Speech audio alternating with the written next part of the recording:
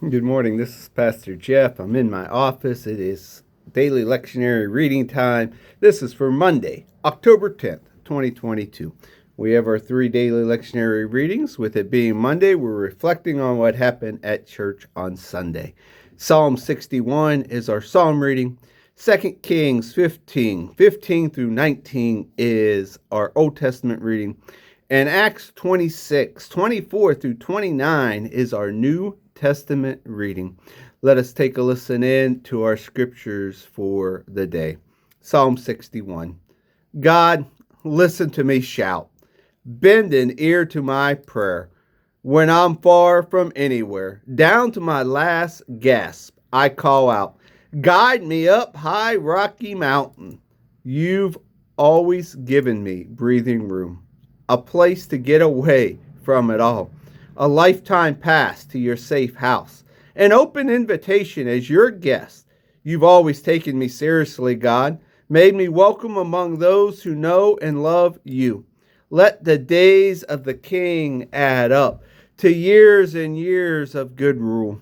Set his throne in the full light of God.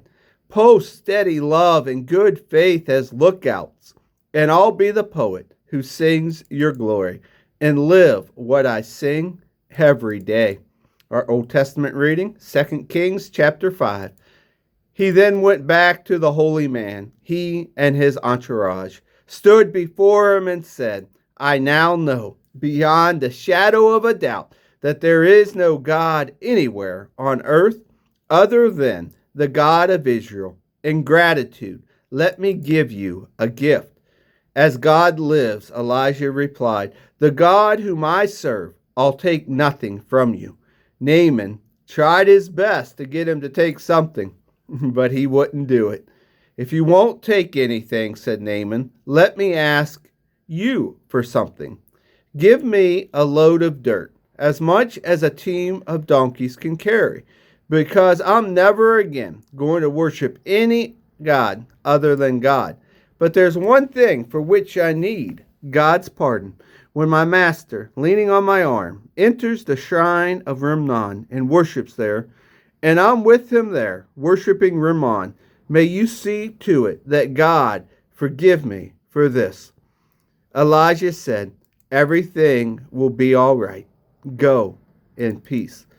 But he hadn't gone far from when Gehazi, the servant to Elijah, the holy man, said to himself, my master has let this Aramean Naaman slip through his fingers without so much as a thank you.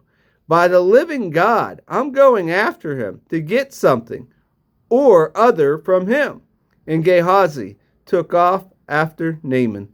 Naaman saw him running after him and jumped down from his chariot to greet him. Is something wrong? Our New Testament reading comes from the book of Acts, chapter 26, verses 24 through 29. That was too much for Festus. He interrupted with a shout. Paul, you're crazy. You've read too many books, spent too much time staring off in space. Get a grip on yourself. Get back in the real world. But Paul stood his ground. With all respect, Festus, Your Honor, I'm not crazy. I'm both accurate and sane in what I'm saying. The king knows what I'm talking about. I'm sure that's nothing of what I've said sounds crazy to him. He's known about it for a long time. You must realize that this wasn't done behind the scenes. You believe the prophets, don't you? King Agrippa? Don't answer that. I know you believe.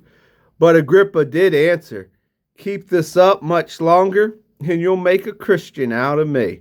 Paul, still in chains, said, that's what I'm praying for, whether now or later.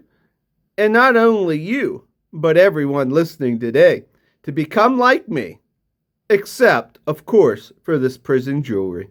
And here ends our readings for the day.